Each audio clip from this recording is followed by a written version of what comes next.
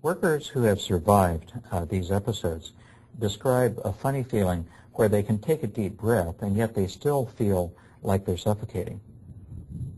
On November 5, 2005, 2 workers died at the Valero Energy Corporation refinery in Delaware City, Delaware.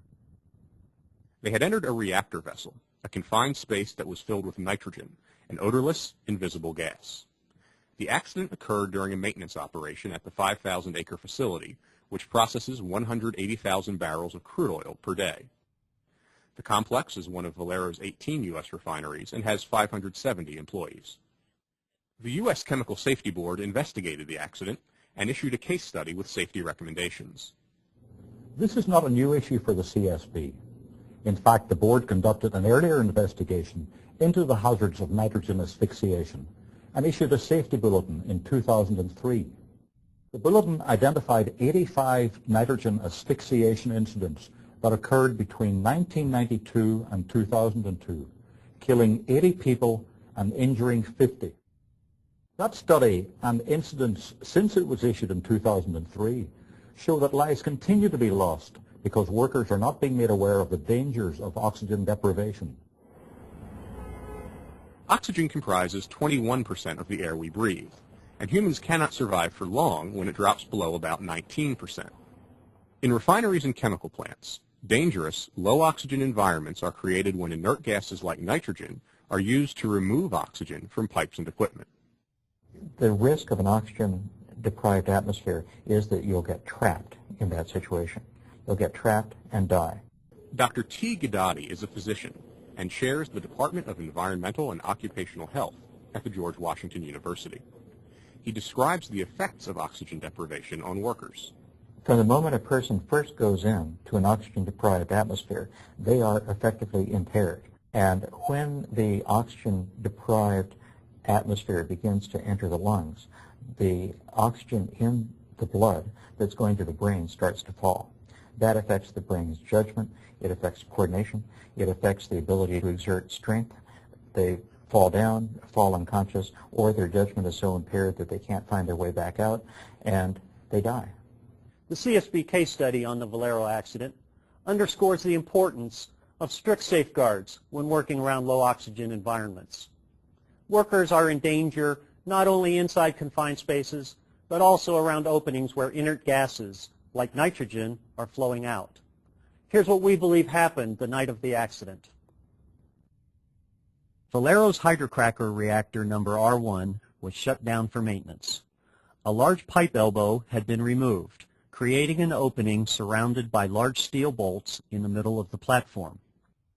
Workers had wrapped red tape around the bolts and covered the opening with plywood and plastic.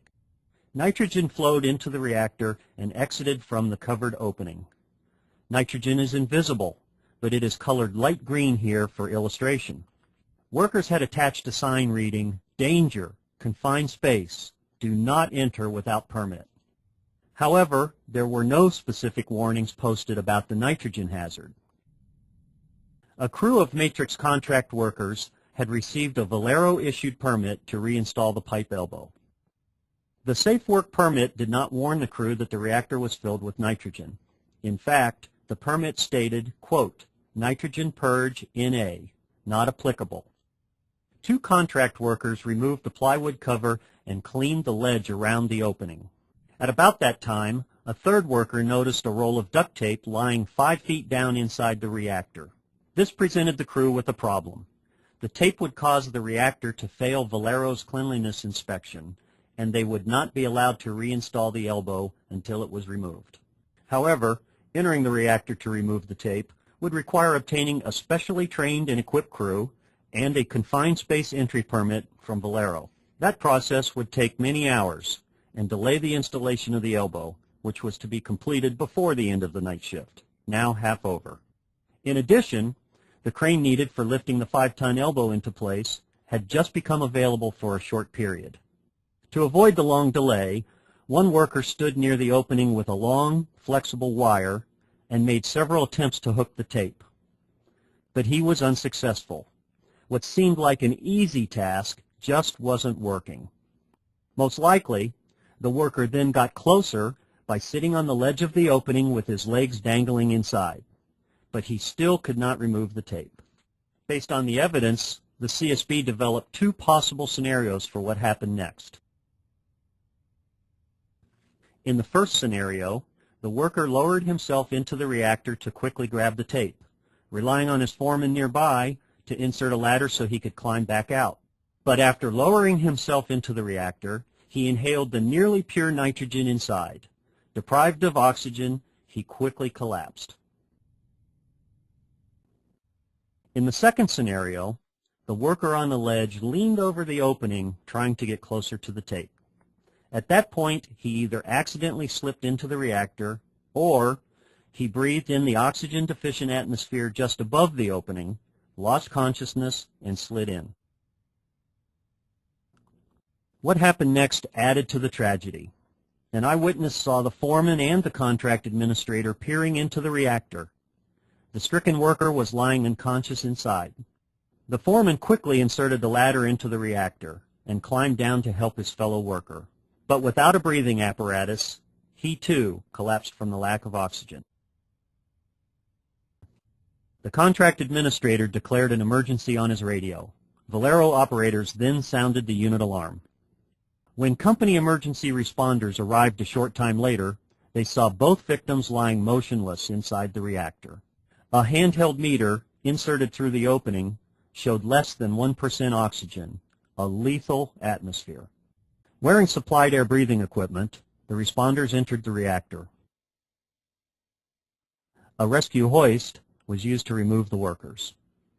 It was now almost 10 minutes since the first worker had collapsed. Attempts to revive the men were unsuccessful, and both were later pronounced dead at the hospital. The CSB believes the two workers died within a few minutes of entering the nitrogen-filled reactor. This tragic accident was avoidable.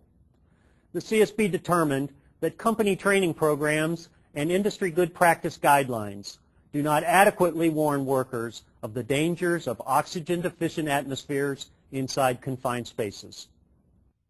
This video shows the inside of the Valero reactor where the accident occurred. The roll of tape still visible just 5 feet below the opening. It's a situation where a worker might be tempted to believe he could quickly get in and out to accomplish what appeared to be a simple task. But safety experts warn that would be fatal. It is far too dangerous for any worker to try to duck in and duck out holding their breath. You can't hold your breath long enough or reliably enough to do this. Nitrogen gas hazards are not limited to the inside of confined spaces. The CSB concluded that industry safety guidelines, Valero procedures, and OSHA standards do not adequately warn of low oxygen hazards outside of confined spaces near openings. A person who's leaning over, for example, with their face close to an opening in a vessel with nitrogen under pressure is not going to be breathing the regular concentration of oxygen in air. That can impair judgment, and it can also cause the person to pass out. Warning signs and barricades are additional protection for workers tempted to enter low oxygen environments. The CSB found that there was a confined space warning sign posted at the opening of the Valero reactor. But it was only after the accident that the company put up a barricade around the work area with a sign reading, "Danger, nitrogen inert gas purge in progress. Oxygen deficient atmosphere. Do not pass this point without authorization." When a worker does enter an oxygen-deficient confined space and is overcome, it can set the stage for further tragedy, as other co-workers attempt rescue without proper breathing and rescue equipment. This can lead to multiple deaths. It's particularly sad because when an incident like this happens and you have a man down, other workers invariably feel a very human urge to rescue the co-worker. So they run into the situation very often without getting self-contained breathing apparatus, without getting an air supply, and fall victims themselves. It's not a question of the worker's judgment. It's a question of the worker's training. Because if the worker has been adequately drilled and has been informed of the proper procedures, and these procedures have been enforced, that should never happen. Following our investigation, the CSB issued several safety recommendations to the Valero Delaware City Refinery, to the corporation, to the maintenance contractor, and to trade and safety organizations. The recommendations emphasize the need for training in work around confined spaces and on the dangers of oxygen deprivation. The CSB recommended that the American Petroleum Institute, the oil industry's leading trade association, revise its guidelines for safe work in inert, confined spaces. The CSB recommends that the following critical information be conveyed to workers. Nitrogen rapidly overcomes the victim. There is no warning before being overcome.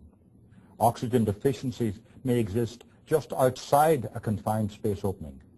Any personnel attempting rescue must strictly follow confined space entry procedures to avoid further loss of life, and use warning signs and barricades where appropriate. Nitrogen and other inert gases are widely used and vital components in the operation of chemical plants and oil refineries. But they can be silent killers in confined spaces. The CSB believes that lives will be saved if companies provide comprehensive training and strict enforcement of safe work procedures. To view the written CSB case study on Valero and the CSB Nitrogen Safety Bulletin, please visit our website at csb.gov. Thank you for watching this CSB safety video.